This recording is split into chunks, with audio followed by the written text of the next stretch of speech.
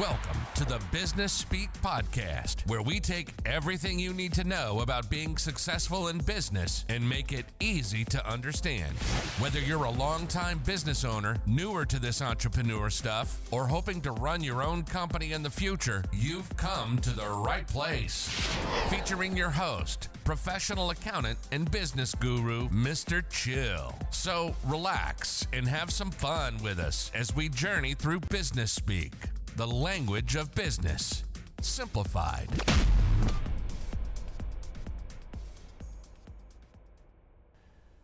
Well, hello everyone. Welcome to another episode of the BusinessSpeak podcast. I am your host, Mr. Chill, and I am joined here today by a special guest, Shelby Eloria. Welcome, Shelby. Thank you for having me. Yeah, I'm excited to have you. One of the reasons I'm excited to have you, actually there's multiple. So I learned recently that Shelby wanted to be an accountant at some point, so I'm curious to hear a little bit about that. Mm-hmm. Also, the topic today is something that I think I never would have thought we would have on this podcast. When I thought about what does every business owner want to know and need to know to run a successful business, I'm not sure a focus on what they wear and their branding would have been top of my mind, but I'm really excited for you to kind of teach me why that is pretty important. Absolutely. I also found that we have a cool connection in the naming of our companies, which we'll get into. Yeah. So all of that I'm pretty excited about. Now, one of the things I guess I want to introduce you as, I believe you kind of introduce yourself as a combination of a personal identity coach and an image consultant. Mm-hmm. So if we just start there for a second and someone comes up to you and says, what do you do for a living? Mm-hmm. I don't know if those are the terms you use, but they said, can you explain what that means? What would you tell them? I would tell them I help you reflect who you are in the inside with what you wear and how you show up. So it's kind of that inside-out approach that I take to what I do. Do you find people get scared to let the inside of them show on the outside? Yes. It is hard. It is hard to, because we have this idea of when we think of style of I should be this, or I should dress like this, or like oftentimes when I meet someone, they'll be like, oh, don't look at what I wear. And it's really about empowering yourself to know who you are and what lights you up. And everybody's different. And I really love it because people often come to me to be like, well, what should I wear? Tell me what to wear. And through the process, I get to know, I draw out who they are and I get to know who they are and I reflect it back to them. And I have a process I use to help in terms of their style and what they wear, how they show up in it. And that the best part of what I do is that moment when they put something on that they've never thought of before and they stand up a little bit taller. And they're like, I can tell that in the mirror, they're seeing themselves differently. It's beautiful. We had talked about before we hit record on this podcast how rewarding your job and career probably is. Yeah, it really is. It really is. I always wanted to do something that would impact people's lives, like many people do. And I never thought it would have been this. I never did. Well, let's dive into that. So I'm going to read the bio you gave me, and then I'm going to dive into the accounting thing because I'm curious about that.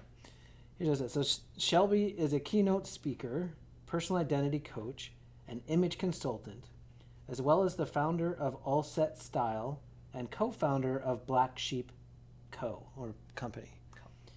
She helps clients refine their identity, image, and impact, offering fresh perspectives that empower them to see themselves in a new light and elevate their personal brand. Her passion and purpose is helping people embrace their true identity and gain the confidence they need to go after their greatest dreams. I'm going to dive into one aspect of this for a minute. Mm-hmm. When I thought of personal brand the first time I read this, I was thinking of, well, yeah, we're speaking largely to business owners who are listening in, and what branding are they putting out there for their business? But you don't need to have a business to have a personal brand, right? Am I thinking about that correctly? Yeah, absolutely. So someone who does not own a business, what is a personal brand? So it could be someone, so say you're a professional, you're working for a company and you want to make an impact, you want to show up, you can create a brand for yourself.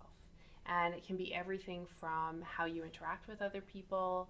It can be how you dress, how the language that you use, even the body language that you use. Are you someone who looks people in the eye? Do you smile? Do you have a more neutral? Are you closed off? All of that stuff works into our personal brand. And you can even think about it social media wise. What do you put out there personally on social media? And when you create that alignment of who you are and how you show up, and it's just way more authentic, and people are like, yeah, I know who you are based on how you show up and how I see you. And if someone has spent a lifetime maybe having a personal brand that comes out by default because they haven't done much to develop one or purposely reflect what they want it to be, is it pretty hard for someone to go to everyone they've known for 20 years and say, hey, I'm now a new person. I'm now get to be who I want to be, and be like, well, that's not who I've always known.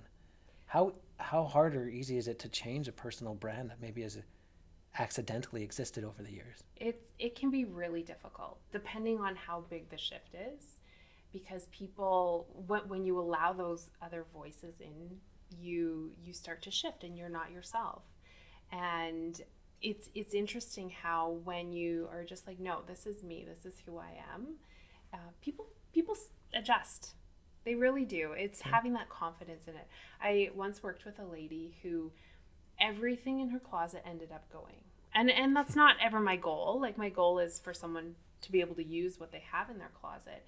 But pretty much everything ended up going. And we went shopping, and she texted me about a week later, and she said, Shelby, I have all new clothes, and I've never felt more like myself. And so when there's that little extra confidence, and someone, I'll tell someone, like, this is you, it can help just give that little extra empowerment, and people adjust. And if they don't adjust, you have to really, I know this is pretty harsh, but you have to really rethink your relationship with them and how much time you spend with them, because are you keeping yourself small for somebody else? And we're going to talk about that, because there's an aspect we've talked about before that I want to bring up in the podcast, because you really kind of helped me see things in a different way when we talked about before. Mm-hmm. Now, one of the things I mentioned at the beginning of this that I want to dive into for just a moment, you said here that you went from the corporate world, and at one point you wanted to be an accountant until you second or third year of university. Mm-hmm. Where did that shift happen and how? Like, how did that all unfold? It's a good story. So when I was in about grade 9, I decided I wanted to be an accountant. I loved math. I liked my finance classes. And that's what I decided I wanted to be. And it didn't change. I went into my Bachelor of Commerce degree. You don't claim a major until your third year, but I knew that's what I wanted to do. And my third year came along, and some of the classes I was starting, there's somewhere in my mind that I was like, I'm not so sure about this. And I couldn't fully admit it, but there was something there. And I ended up going about halfway through the first semester. I went on a ski trip to Sunshine. Okay. And I ended up on a chairlift with an older gentleman, and we were chit-chatting the whole way up. And by the time we were almost at the top, he looks at me and he's like, Shelby, you're not an accountant. And I was like, what?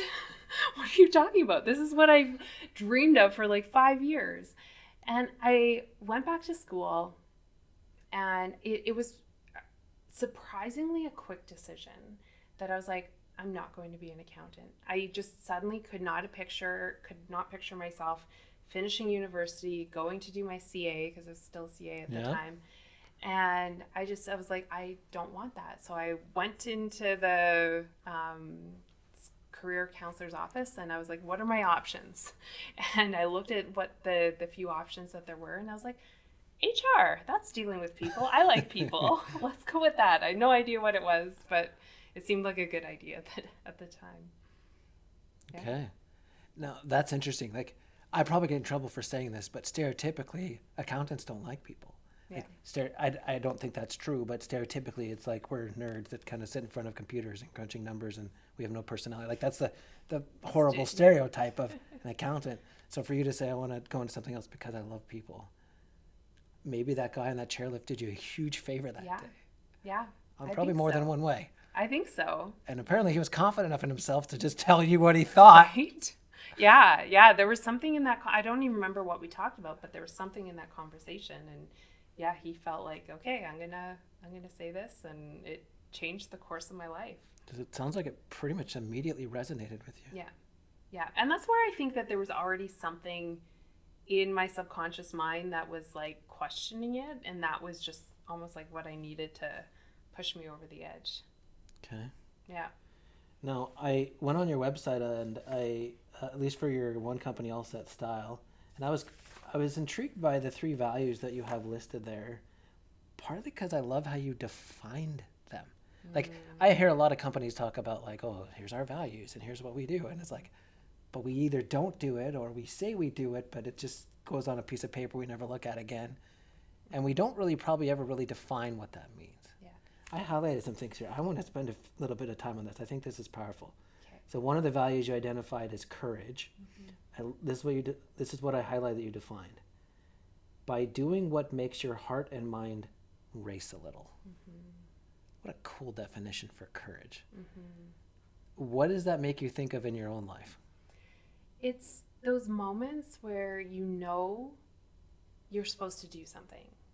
You know that it's like when I go to get up to speak on a stage, and it's just like my heart's racing, and it can be seen as nerves, and it can also be seen as like courage, because I'm having the courage to go out and do something that I love and that excites me.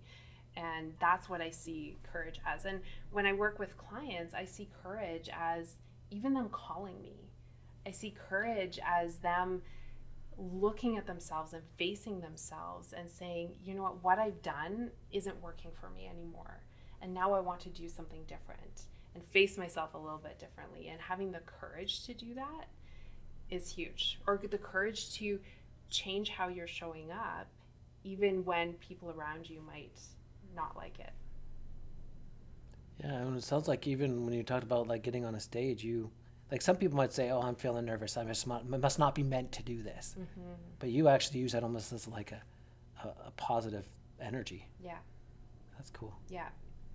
And another one you have here is curiosity. And again, I love how you defined it. Being open and curious about new experiences and challenging your knowledge. Is there any story behind that? It's really, again, about how I see when people come to work with me. They're curious. They're I see what I do as part of our personal development, and it's getting curious about who we are. And it's like, well, my style hasn't worked for me in the past, or hasn't been working for me. Maybe at one point it did, but it's not anymore. And I don't know why. I don't know what that is. What could it be? How could it be different? And you get curious about it. And I find when we get curious about ourselves and those moments when our heart does race a little bit, well, what is that? Does that mean that we shouldn't do it, or does it mean that we are on the right track and that's something that we should be doing? And that's why I love curiosity, and I really see it in the people that I work with. And that's why they come to me. They're like, I'm curious about what this could be. I'm curious about who I am. That's fair. And the challenging your knowledge thing, I was trying to think of, I'm going to butcher it, so I'm not even going to try, but I remember like learning multiple times in different like classes in school and university about different levels of like wisdom or whatever, and a lot of people don't know what they don't know. Yeah. Or they think what they know is fact when it actually might not be completely fact. Yeah. So challenging what you know, I like that. And the last one you have on here is authenticity. Showing integrity to both yourself and those you love. So I think I've always heard or liked definitions of integrity that talk about what you would do. I've never really heard it from the idea or perspective of what it would mean or show up to other people.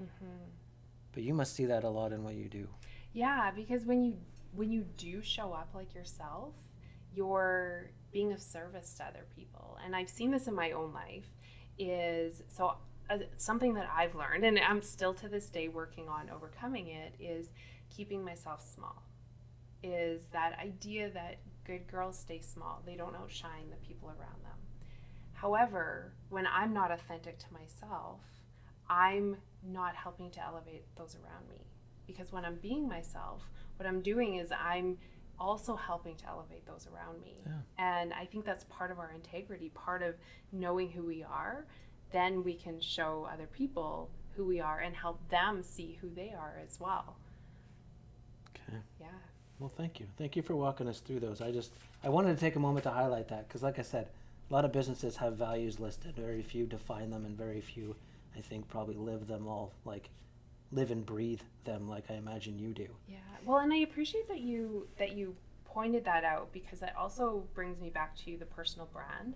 I'm a really big proponent of having your own personal values. So not just as a business owner, you have your business values, but oftentimes you get then swallowed up by your business and you don't have your own identity. And by having values, your own personal values, it's so powerful. And in the work I do, I realize we all define things differently. Yeah. And that's why when I do values exercises with my clients or in the workshops I do, I always say define it. Because what one thing means to me might mean something different to you. And then being able to go back and say, okay, this is what I meant by it, it really helps to be able to make decisions that are value-based as well. Well, and maybe it's possible too that someone's own definition of something might change over time, just Totally. on their own. Totally. So now I'm going to rewind back a little bit because you mentioned that you were like, well, I'm going to be an accountant, and this guy on this way up on the ski resort said you're not meant to be on, and so you were going to go into HR, but that's not what you do now either. Nope. I So did it. Tell me about the story of you getting into your own business and how that all happened. Yeah. So I did finish my degree and I went into HR, got into the corporate world. And within my first job, for probably the first year, my brother, he was in engineering school at the time, and he came to me and he's like, Shelby, you should really start a personal shopping business. All these engineers are getting these great jobs and they have no idea how to dress. And at the time I was like, me? No, I'm getting a job. I'm going the conservative route. I'm not a risk taker. I'm not going to start my own business. No. And over time, I've always loved clothing, and not fashion, not trends, but clothing and how it makes you feel. So it's something that's, since my mom said when I was a year and a half, I would always dress myself, and I always was very particular on what I would wear and why I would wear it. So it's something that's kind of always been in my DNA. And during my HR career, I would have people be like, hey, Shelby, can I buy you lunch and you go shopping with me? And then it would get noticed. And so I took note of that, and I noticed that over time. And I still never thought that I would do anything, because what we wear, it's vanity, right? We shouldn't care about what we wear. That was a belief that I had. And the last maybe 3 or 4 years that I was in HR, I was like, I know I don't want to keep doing this. And I know I want to do something different. I just don't know what it is. And I had the golden handcuffs. I had a really good job. I was working in the oil and gas industry, good benefits, good pay, security. And I spent a lot of time thinking about, well, if I were to start a business, what would it be? Can I interrupt you for a second? Yeah. What was it about HR that you were like, I'm not sure I want to keep doing this? What can you pinpoint something that you, and maybe you can't, but I honestly think after I came out of it, I think it was, I don't like reporting to anybody. I had some great bosses there. I had some great people that I reported to, but I realized that I want to be able to make my own decisions. That's fair. Okay. And I think for a lot of business owners, that's kind of what drives them. And so I think that was it, and maybe some of the bureaucracy of a business as well. And I had taken some time to think about, what do I love about what I do? And I loved the coaching. I loved the business leaders and the people leaders who would come to me and be like, Shelby, I got this problem. And I loved being able to help change their mindset about things, or help them see things differently, and really be able to support and make a difference in their life. So I was, for a while, I was like, well, maybe I'll become a psychologist.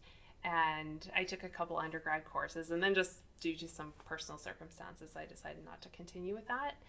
However, I love that. Like, that was what I loved about what I did. Well, and helping people see things differently is one probably broad way you could kind of define exactly what you do now. Exactly. That makes a lot of sense. Yeah. So then how did you start your businesses? Because you mentioned you didn't see yourself as much of a risk taker. No, and it's funny. I grew up in a home where my dad was an entrepreneur, risk taker, and my mom was a public health nurse and very conservative. And so I had these two extremes, and I always identified more with my mom, or that's who I thought I was. And it was likely because I talked to her more about what she did, and I got to know a little bit more. And yet there was this thing in me that just was like, what's this business ownership? What's this entrepreneur thing all about? And your curiosity kicking my in. Curiosity, exactly. And I ended up in the end of 2016. Like I mentioned, I was in the oil and gas industry, and there had been a lot of mass layoffs that were happening at the time. And towards the end of 2016, the company was about to go into their fourth round, and hundreds of people being let go, and I ended up being impacted.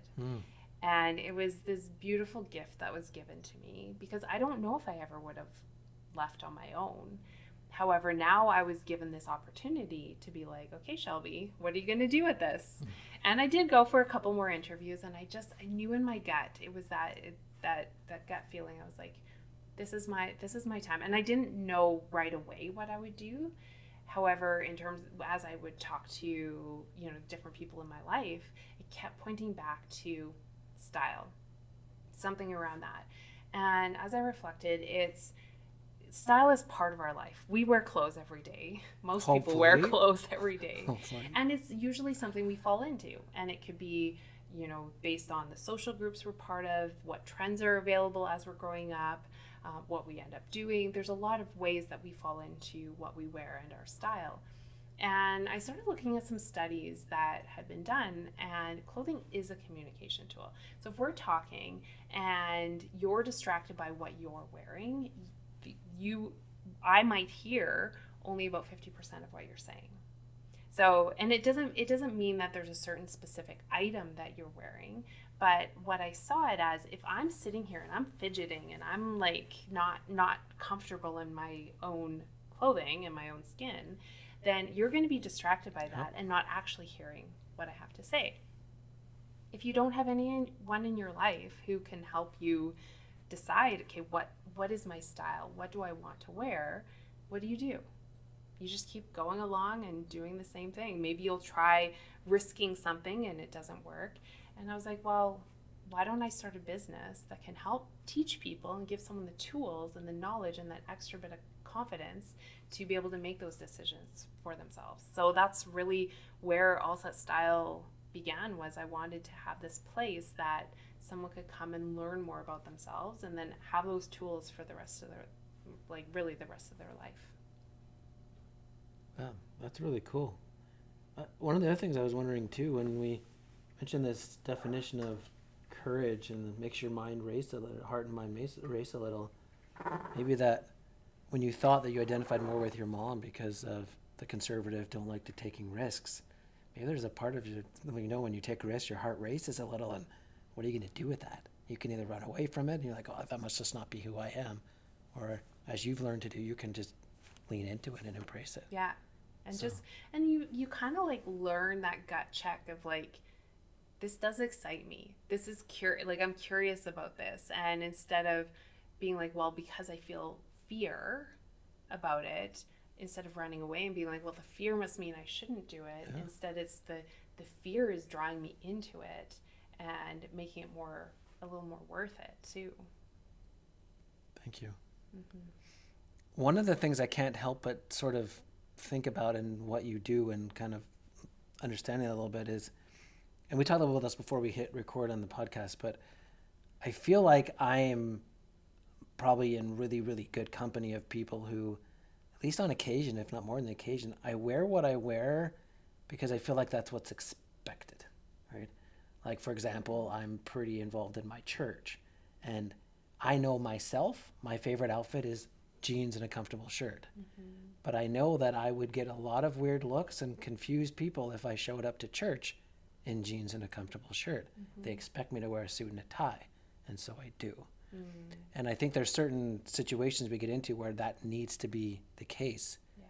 But I imagine there's probably a lot of situations where people are often dressing the way they think other people expect them to, and rarely showing up for themselves. Mm-hmm. And again, I imagine that's a lot of where you come in. Mm-hmm. So so I do something called the Style Foundations, and there's 4 elements to it.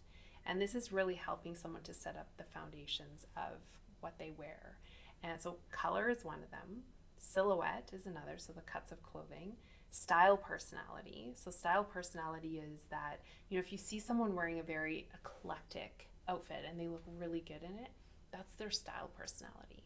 Okay. And then the 4th thing is the level of dress or your lifestyle. And why that's important is oftentimes we think of getting dressed up as it's going out. And so there's a certain expectation of what I should wear going out, or at work, there's a certain dress for the job you want. So there's a certain expectation. And yes, there is that in life. There is, you want to be part of a group. And there is a component of it is that, if I want to be part of this group, there's a certain way I need to dress for it. And there are ways that you can make it your own. And that's where style personality comes in. Okay. So I see style personality as it can affect you from lounging around on the couch in your sweatshirt and sweatpants and getting dressed up and going to a gala or going to church.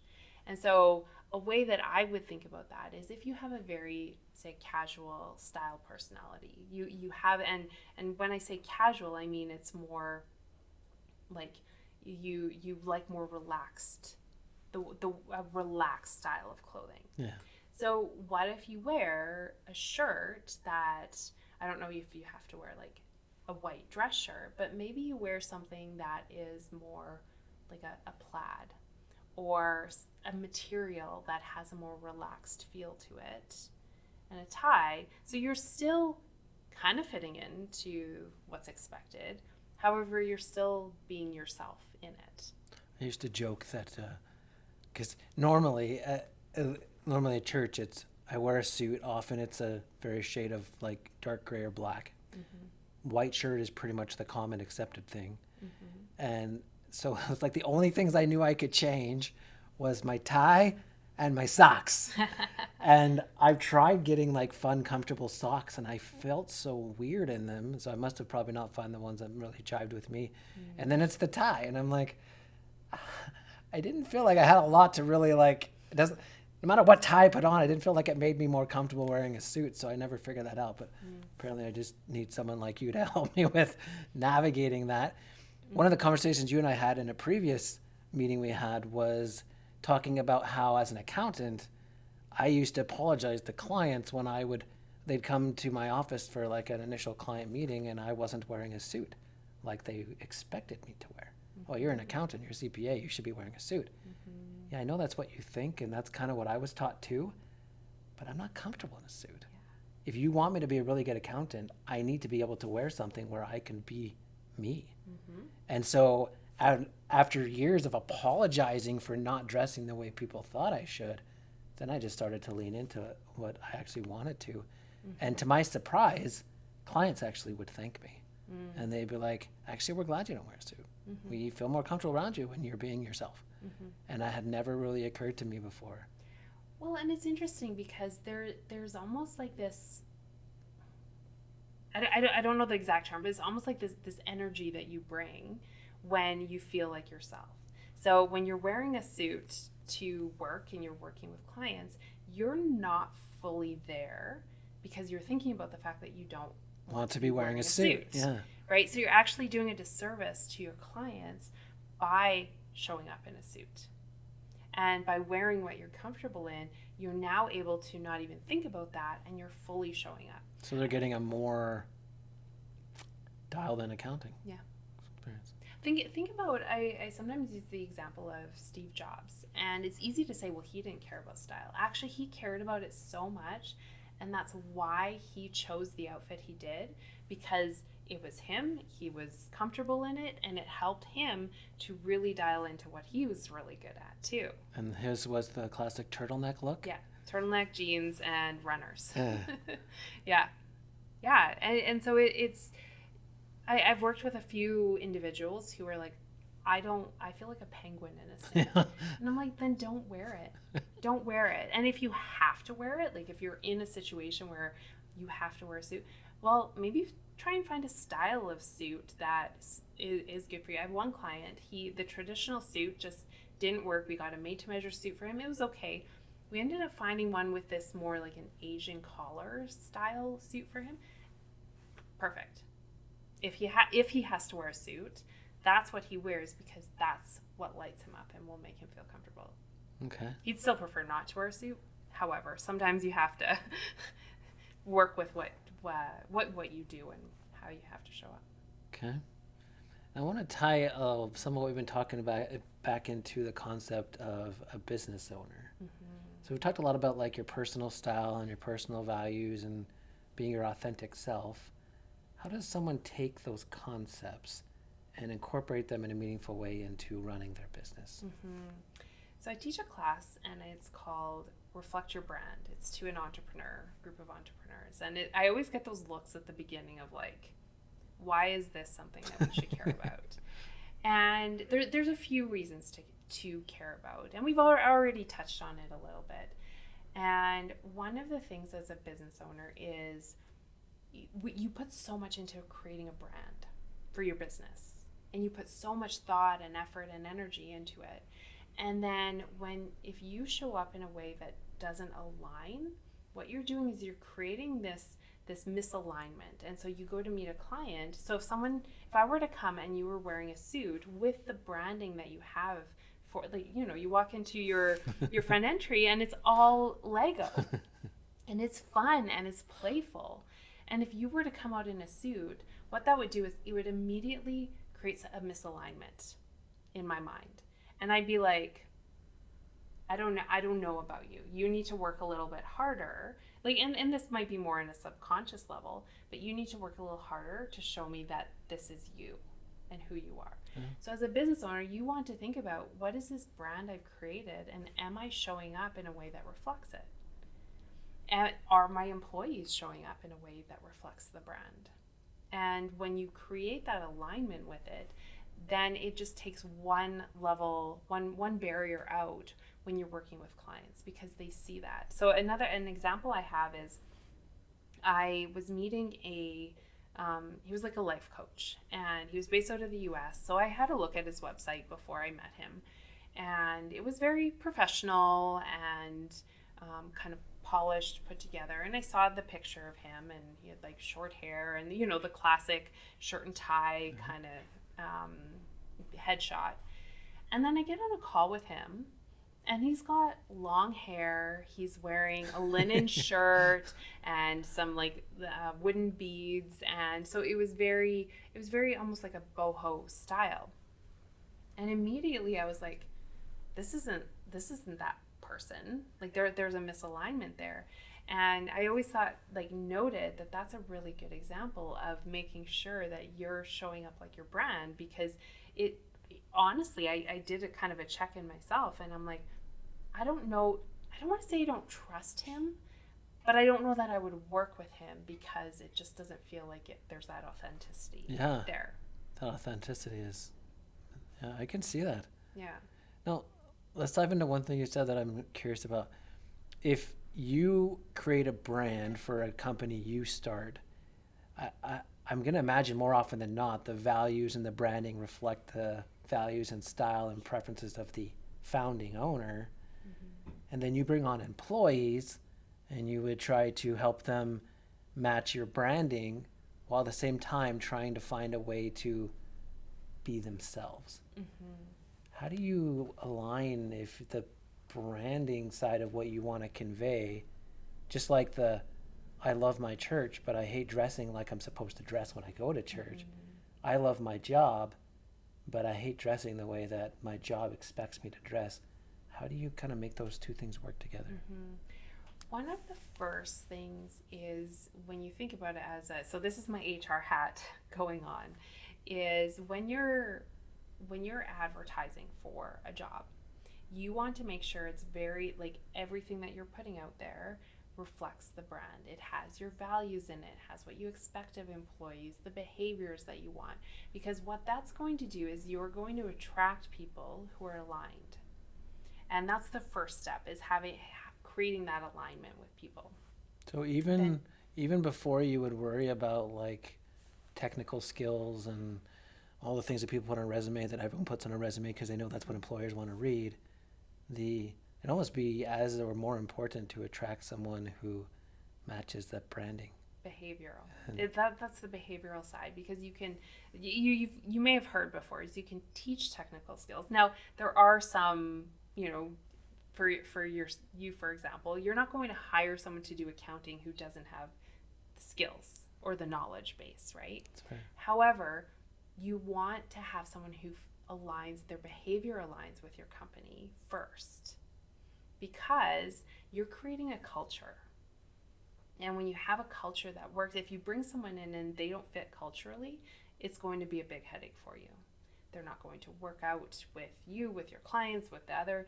And if you've ever had to let someone go because they're not a fit, that can affect so much within a business. Yeah. So yes, by starting with putting who you are forward and saying this is the type of culture we have, this is the values that we have, what you're doing is you're saying to the person applying that this is important. And you want to incorporate that in the entire hiring process. Yes, you want to look for technical skills, absolutely. And making sure that they have that behavioral. So that's kind of where it all starts. Okay. And then someone comes in. So I do corporate workshops, and this is often where I'll come in, because no one wants to talk about dress code. it's a subject that is like, and you know what? Sometimes it's a difficult thing, and it's not going to work out. When I do these workshops, what I work with the employees is help figure out your own brand first. Who are you? And as much, I don't say it in these words because I don't want to tell someone to quit if they don't align with the company. However, it's make sure you know yourself first, because you're going to be able to bring a better version of yourself to the business when you know yourself and who you are. And then you can start being like, well, they're telling me what to do. Instead, you're like, this is who I am and this is how I'm showing up. So that's a part of it. Then it's understanding, what is the business? What is their aesthetic? What is their values? How do they want to show up for their clients? And now I know myself, and I'm like, okay, now I understand the business. I understand who I am. And now how do I want to show up for the business? And if I, as a person, and this could be for any employee, it's if I don't want to show up how the business is wanting me to show up, I have to question why I'm there. Yeah, that makes sense. Right? And I know that not everyone thinks that way. However, that's what I try and portray in these workshops that I do, is because it's not the business telling you who you are. It's you're choosing to show up there, and you're choosing to be a part of this group. Now, how can I create that better alignment? And if maybe part of it is, well, my personal style doesn't work with the style of the company, I would take that a little bit further and just question, like, okay, is there something more going on there, or can I work within who I am to support the company that I'm working for? Okay, thank you for explaining that. Mm-hmm. I want to kind of dive down a slightly different avenue of this. A lot of what we've been talking about so far has been assuming that a company has an established branding, or at least they have an idea that that's what they want. I'm thinking of like clients I have, or maybe a typical small business owner who has no employees. Maybe their entire work is like online, or they work from home, and they don't see clients face to face like ever. For someone like that, I have to assume that their branding and their image is still relevant, but they might wonder how or why. Mm-hmm. Is there still a place for that concept in a situation where someone's not really interacting in person with anyone? I think so, because how I see it, I've worked from home for years, since I started my business almost 8 years ago. And some days I don't see anybody. I don't interact with any clients. And I found that if I showed up in a way, like if I was wearing, say, sweatpants and a sweatshirt that don't feel like me, I don't work well. and I don't feel like I'm bringing my best to my day, and it's for me and it's not for anybody else. And so it's starting to kind of shift that your time is for you. And so what I started to do was, well, I'm going to buy a sweatshirt that is one of the colors that I love. It's a style that I feel really good in. So when I put it on, I feel really good versus feeling really frumpy or sloppy. And with that, I show up differently. And even like I often will, I'm not seeing anyone, I'll still wear jeans and a nice sweater because I show up differently and I feel better about how I show up. So it is still important. It doesn't mean that you have to, get up and put a suit on every day when you're at home by yourself. However, it's choosing things that do speak to you and help you to show up better. That actually makes a lot of sense. I was kind of having a funny thought of how many people during COVID would have their Zoom meetings with their people and they would be wearing no pants because you couldn't see that part on the camera anyways, but probably affected how well they participated in their company meetings if they were not really dressed. I've talked to people about this and everybody's different. So some people, for me, if I was wearing sweatpants on the bottom, I would feel uncomfortable and I wouldn't be showing up my best on a Zoom call, even if no one could see it. Yeah. However, I've had friends who are they love it and they think it's so you guys don't know, but I'm wearing shorts or sweatpants or whatever on the bottom, and they actually show up better by doing that. Okay. And so I think it's just knowing yourself and paying attention to how do I want to show up today and how does that align for me? And that's a beautiful part. And that's what I love. Part of what I love about what I do is everyone is so different and unique. And it's actually one of my top strengths is called individualization, if you've ever done the Strengths Finders. And what that means is I really see people as an individual. And I'm not going to try and clone anyone as okay, you're this person like this person. It's no, you're you, and we're going to figure out what this looks like for you. And it's a really cool thing to be able to see someone when they're yeah, this is me. This is who I am. Okay. So again, about what you said, what might be very uncomfortable for one person might be exactly the positive energy they need for a different person. Yeah. So that's kind of beautiful way of saying it. Yeah. So again, you get to see the whole spectrum and trying to help them embrace whatever that looks like for them. Yeah. So, yeah, that's really cool. I wonder if this is a common hurdle you have, because this is what I think of when I think of and maybe it's just me, but I'm okay, well, I could probably use some help in the style department and the brand department in some areas. I'm just kind of talking like a generic person. Yeah. But I kind of put on a few pounds over the holidays or since COVID, or I was working all the time, but life got in the way and I haven't been to the gym for a while. So, maybe when I've lost those 10 pounds, or maybe when I feel like I look better in the mirror, or maybe whenever, then I'll bring in someone like Shelby to try and help me. I'm sure that's something you must come across all the time. Totally. How do you help someone through that? Well, number one is I always tell people is dress for who you are right now, because that will help you to feel more confident and comfortable in your own skin instead of always trying to be well, when. It's this when then energy. Yeah. And instead, embrace who you are now. And I've seen in people is when they do that and they dress for who they are now, they start to lose some of those pounds. And another thing that I've shared this story before, not on this chat, but where our attention goes, energy flows. So I had this client once that she was in from out of town, and so I was working with her back-to-back days. The first day we do my style foundations, and she kept talking about the part of her that she has problems with. And this is like most people, the list of things that they are uncomfortable with in their bodies longer than the things they love. Mm-hmm. And so what I challenged her with was, well, there's this concept of where our attention goes, energy flows. If you constantly look at the things that you don't like about yourself, if you constantly look at, well, I need to lose the weight here, here, and here, then that's where your energy is constantly going. What if you put your attention on something you love? And if you don't have anything you love, find something. And so she did that. She came to me the next day and she's like, Shelby, I did it. I looked in the mirror and I love my arms. And so she's like, I just like put the attention on my arms. And she's like, I woke up today and I felt like I lost 20 pounds. Because there's a level of like this emotional weight that we carry when we constantly have this negative view of ourselves. And so by doing that shift, she nothing actually changed, but it was her perception and where her energy was going actually changed. So I always say, don't wait. Maybe you don't want to invest a whole bunch of money in a lot of clothing if you're on that track and if you're actually doing it.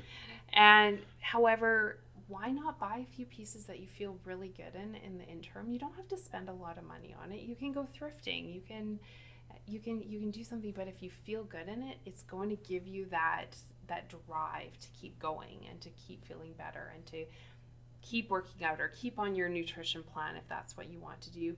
And if not, it'll just help you to feel really good right now. And you can do that even like just do the style foundations, right? Like just get to know a little bit more about yourself. And even someone can do it without even working with me. If you just pay attention to when you put something on in your closet, what gives you that little extra energy? Wear more of that. And is it safe to assume that you would be able to help people of all sorts of body types love the way they dress and love the way they feel? Yeah. I can't force them because it's their own decision Obviously, to do it. But however, I give them the tools that will help them to be able to understand. And it's this idea that, well, I have to change my body to fit that. And it's like, no, you need to understand your body and then choose the thing that works for you. Because we have this idea that we have to change for everything else. Instead of it's like, no, find the thing, know yourself so you can find the thing that then works for you. And that, like, just that shift it's huge. It's in terms of being able to see yourself differently. Again, that authenticity part. Yeah.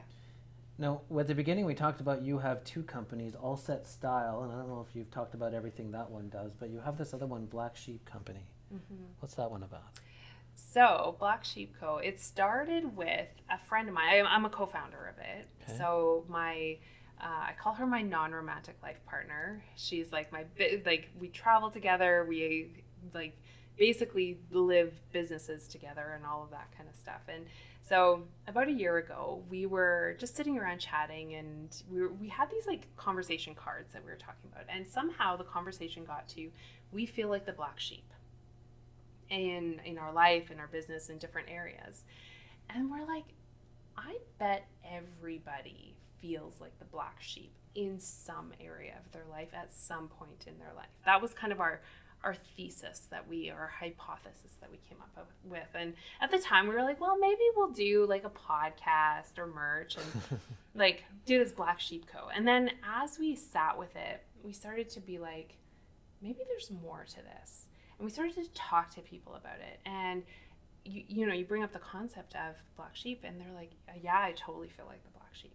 Every single meaning person, like the person doesn't feel like they fit in? They fit in. Okay. Yeah, in some area of their life.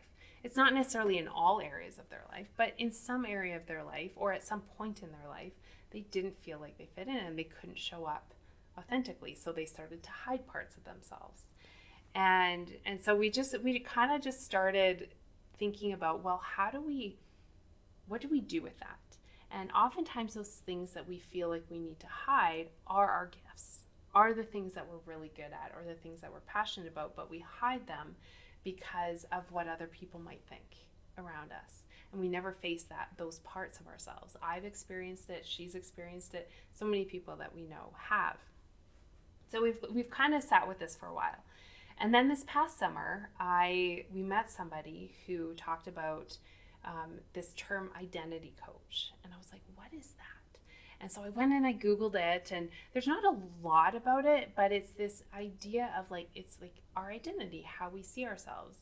And so where I started to go with that is almost like it's this personal identity. And in what I do with All Set Style, I started to see it's how you see yourself and then how you show up. And it's so interconnected, because when I work with clients, that's what I'm doing, is I'm helping them to see themselves differently and then how they show up. So we started to think about, in terms of Black Sheep Co., it's like this personal growth company, a personal identity. It's a different way of being able to see yourself and look at yourself. So we're launching it soon, but it's this program where we're starting with a program that helps you to see all those stories you tell yourself from your past, what you learned about yourself, the beliefs that you've developed. And it's taking the time to think about, are those my beliefs? What did I learn? Is that really truly me and who I am today? So it's starting to shift some of those beliefs and how you see yourself, because so much about what we wear. So this is where my two businesses really do, but like there's a lot of overlap in terms of the ideas of them, and that's me, right? Like that's what I bring to this. And oftentimes with what we wear, it's because of what we believe. It's some kid on the playground once said something to us about what we're wearing, and then you go your whole life believing you can't. Yeah. Or anything like that. So it starts with those stories we tell ourselves. Then we talk about like, well, what do you want to do? What's that vision that you have for your life? What is that thing that you want? And I don't know about you, but I spent a lot of my life believing I couldn't want more. I need to be happy with what I have. And as I started to like challenge myself in this, what do I want? The dream of being a speaker, like on stage speaker, came to me when I was 16 years old. Really? Yeah. And I knew I would be speaking in front of thousands of people. And I denied it. I was like, no, like I can't do that. What am I going to talk about? Like keep myself small. Right? And so it's that, like, what are those things that dream that's been, like, it chose me. I didn't choose it. It chose me. And it's giving yourself that permission to explore that. And then who's the person who fulfills your dream? Who is that person? Then we move into, okay, you create this vision of that. And then we move into this, like, the present. And how do you create your self-image, how you see yourself now being that person? Because the fact that you can envision it means that you are that person now. And so we help you come into being that person, and what are the tools, the habits, the ways that you see yourself to be that person now. What do they wear? Start wearing those things now. So that's kind of our first where we're starting with it, but it's really that understanding and seeing yourself as an individual. And even taking it further is my co-founder, her name's Danielle. Her and I, we're very different. So you talk about a morning routine and habits. Well, you see these things, well, this is the way to do it. And both of us are like, one of us might be, yeah, that's totally the way to do it. The other one's like, no way. And so it's we've experienced that, like, learning about our own individuality. And it's like, we don't have to try and like fit into each other's way of doing things. We can use it as a way to challenge, but we can also find our own. So it's really to help people to uncover that and be able to be like, yeah, that is how I feel. And find a community of people that's like, okay, I'm not the only one who feels like I don't belong. Hence the black sheep. Yeah. So two very rewarding and very interrelated businesses. Yeah. And I know we probably already talked about this, but if you could just sort of revisit as a sum up, what do you love most about what you get to do? I love the moment when I see someone, so from the style side, when I see someone look in the mirror and they see themselves in a different way. And they see themselves, they stand a little bit taller, they smile at themselves. And to me, that's why I do this. That's why I do this, is because I want people to see themselves how other people see them. I know I've gone through times I don't see myself how other people see me. I know that, and I still work on that to this day. And I love when I'm able to be a little part of somebody's life and in helping them see themselves as other people might see them. I know I'm putting you on the spot here, and you don't need to use names or anything, but do you have any, like, I know you already shared one, but do you have any, like, memorable experiences over the past 8, I think you said 8 years you've been doing this, that just really stand out to you as like, I'm going to remember this moment forever? Yeah.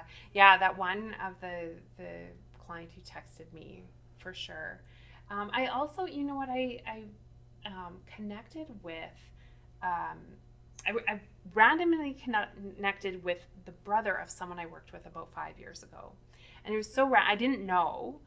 And we had met at a like networking type thing. And then he went back and he told his sister, like, hey, I met this stylist and this is what she does. And she's like, oh, hey, I worked with a stylist. And so she didn't have to say anything, but she said 5 years later, the impact that working with me has had on her is she still goes back to the tools that I gave her. She still thinks about, how do I want to feel? How do I want to show up in everything? And that was so rewarding to me. I can imagine. Because I'm like, that's what I want. I want these tools to impact people 5 years, 10 years, 20 years down the road so that they can still use them and they can still feel like themselves. So that was one recently that came up that I was able to be able to see. And yeah, like anytime because I don't always get all that feedback. Yeah. So running into somebody that I haven't, they're like, oh yeah, you like changed my life and all this stuff. It's like, just like, stop it. Yeah. I mean, obviously, hopefully there's people that like listen to this podcast that will like tune in and want to use your services.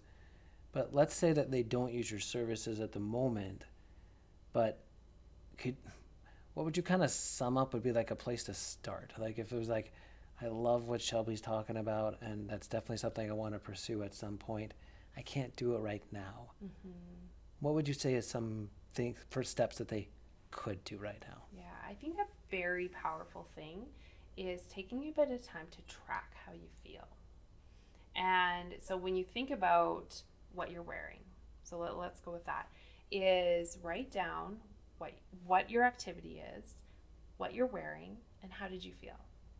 Do it over a couple weeks. Just notice what you're wearing. And you put it on a scale of 1 to 5. And then start to notice, what are the things that are 4 and 5s? Do you have anything that you feel like a 5 on?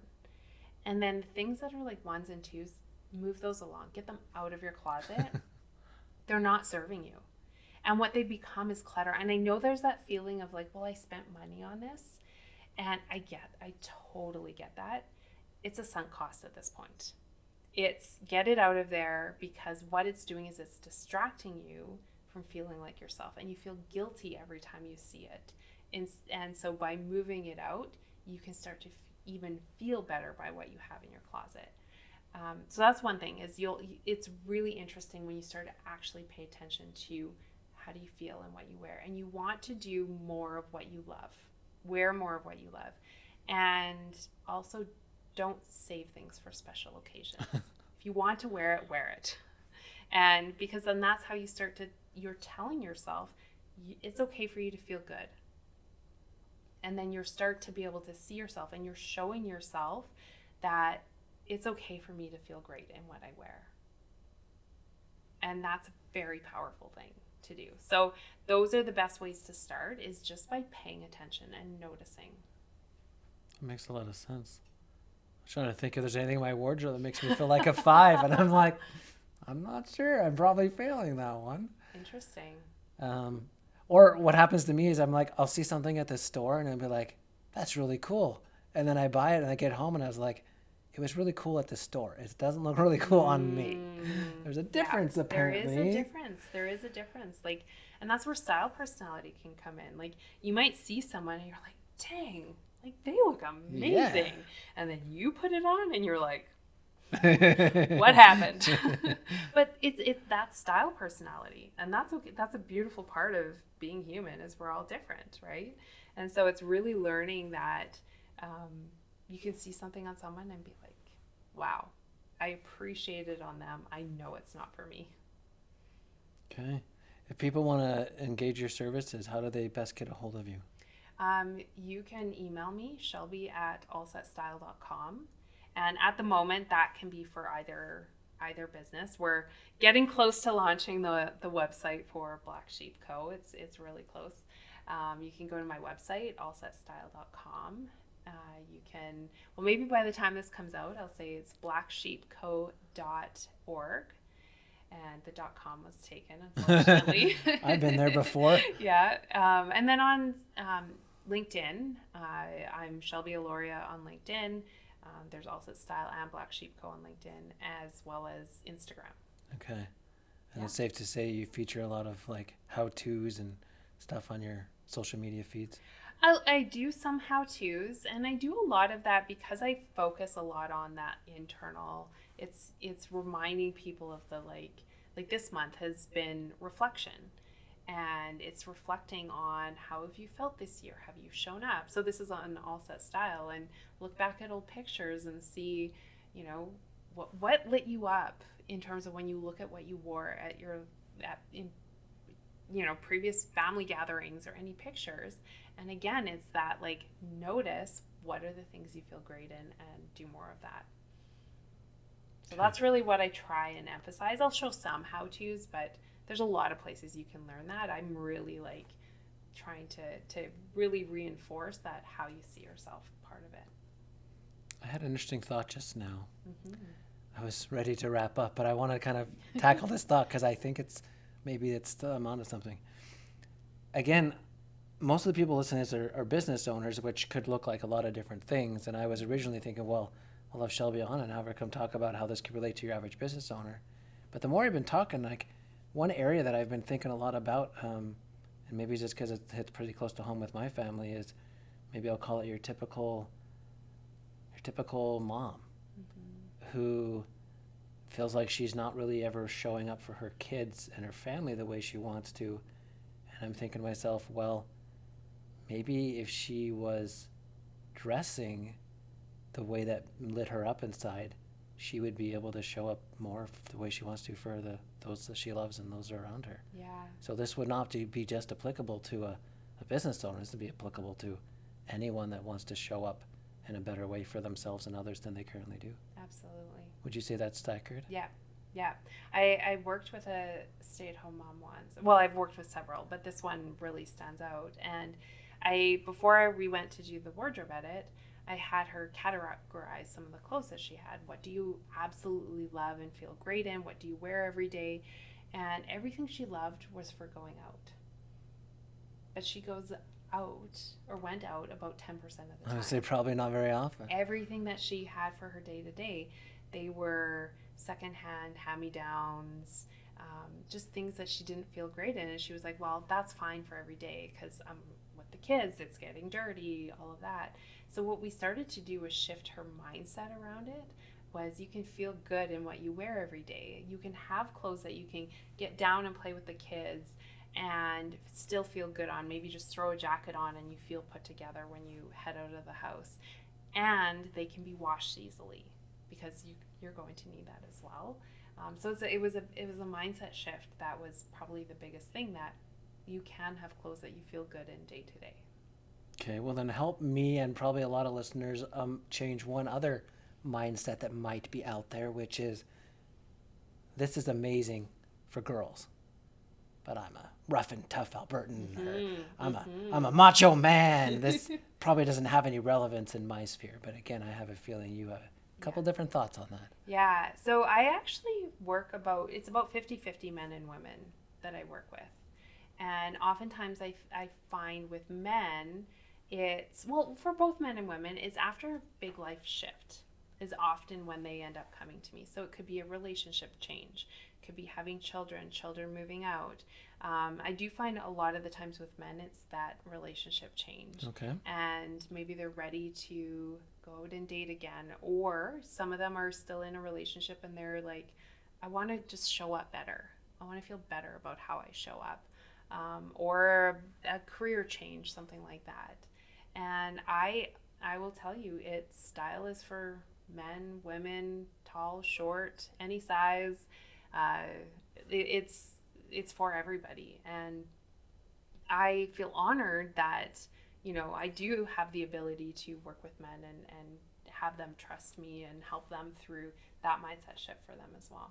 Thank you for clearing that up, because I could just, maybe I'm wrong, I just could picture certain guys listening to this podcast like, this is cool, I got to tell my wife. Yeah. Well, maybe this could also be for you. Yeah, totally. And I mean, for some people, I know it's not for everybody. I'm well aware of that. However, I think it impacts all our lives because we wear clothes every day, right? Okay. Well, this has been a wonderful experience to have you here. I don't know about our listeners, but I've learned a lot. And I think you give me some things to do and try at my own house and my own life, and I'm curious to see how those go. Mm-hmm. I know we kind of asked a variation of this question, but as we wrap up, can you maybe, I guess my question is, if people listen to this podcast got nothing out of today, nothing out of the last 45 minutes to an hour that we've been together, what do you hope they took away from today? I haven't used this term yet today. However, I've often thought about what is that thing that ties everything I do together? And it's life leadership. And it's being the leader of your life. And sometimes that's showing up for the people in our lives in a different way, and in an authentic way, and in a way that feels like us. So the thing I hope that most people took away from this is doing that little check and noticing, is there some way I can show up differently in my life? Is there some way, whatever way that is there some way that I don't quite feel like myself? And noticing that. It doesn't mean it has to go and be a big shift all at once, but it's just noticing it and getting curious about that. And it's starting to, I'm a big proponent of we lead our lives, and we get to choose, and we can stay in what we've fallen into, or we can take control and really get to know ourselves. And that's powerful. Mm-hmm. Thank you. Thank you. Yeah, I want to thank Shelby Eloria for being on our podcast today. This is the BusinessSpeak podcast. Thanks for listening, everyone. We'll see you next time. You've been listening to the Business Speak podcast featuring Mr. Chill. Be sure to subscribe and add us to your podcast library to ensure you never miss an episode. We love hearing from our listeners. If you have a topic or question you'd like us to discuss, would like to be a guest on our show, or would otherwise like to get in touch with us, please visit our website at businessspeak.ca. Thanks for listening to Business Speak, the language of business simplified.